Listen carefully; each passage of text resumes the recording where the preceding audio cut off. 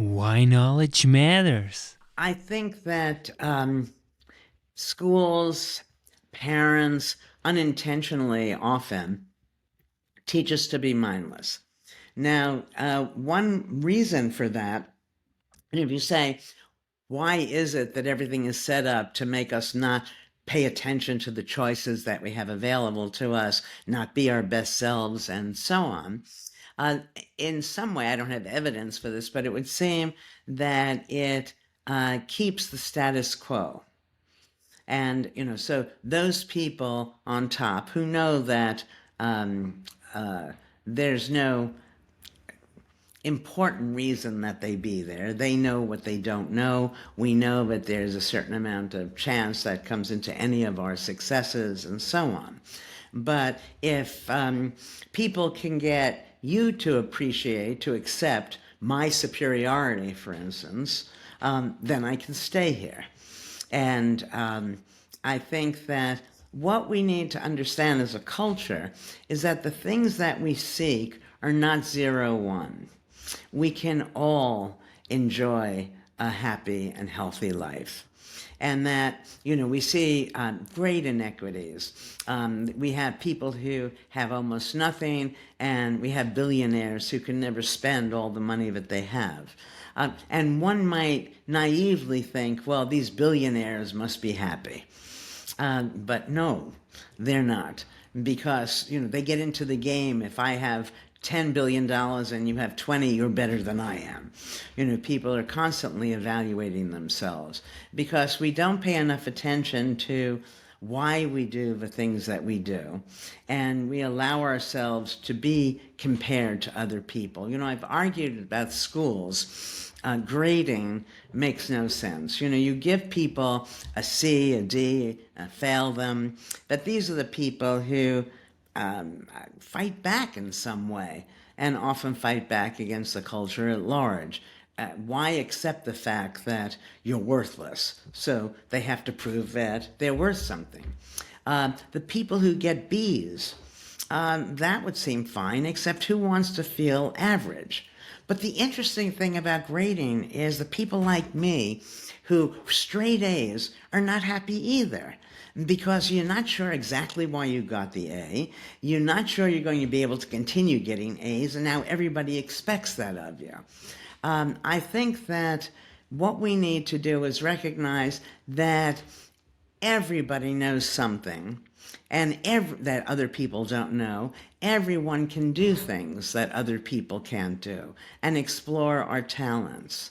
When you give an exam to students, what you're saying implicitly is this is the most important information for them to know, and we'll see how well they do or don't know it. And how do you make that decision?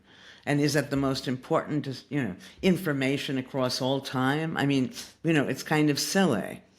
I think that if we test students, we should be finding out what they do know, rather than trying to box them into a corner to see what they don't know. But that takes us in a whole different place. The main point, I think, is that to live the life that most of us would enjoy living is something available to all of us.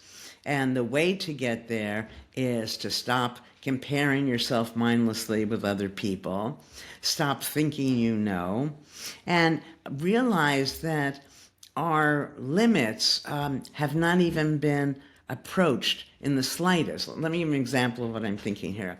So I asked my Harvard students, smart kids for sure, I say, how far is it humanly possible to run?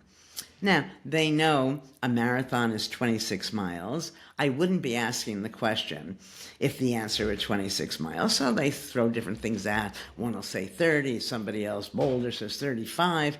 No one has ever said more than 50. Now, and I play them a YouTube about the Tarahumara, which is a tribe in near Copper Canyon in Mexico.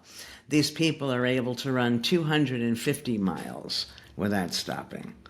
That's an enormous difference, right? Now, if you were trying to get yourself to run a great distance, now you'd have a very different stopping point for yourself, right? You wouldn't think that when you got to 20, you'd organize yourself differently. And back to the mind-body unity, we have studies on fatigue that show that fatigue is largely just a mindset.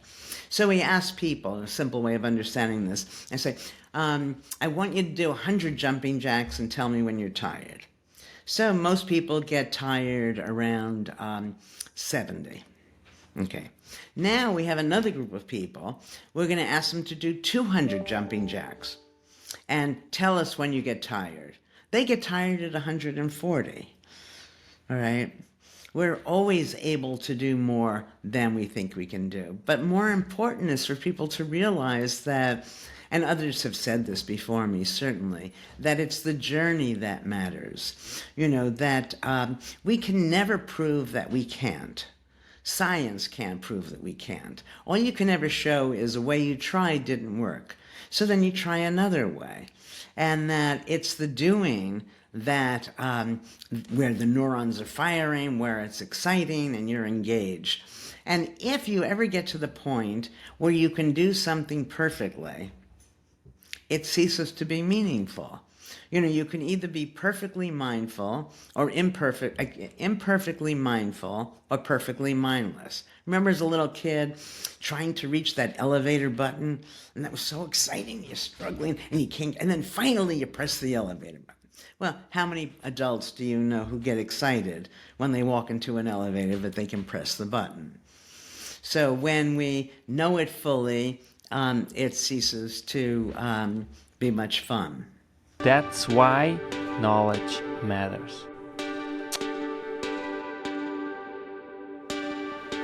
Make your life a masterpiece. Visit now programs.the-ykm.com.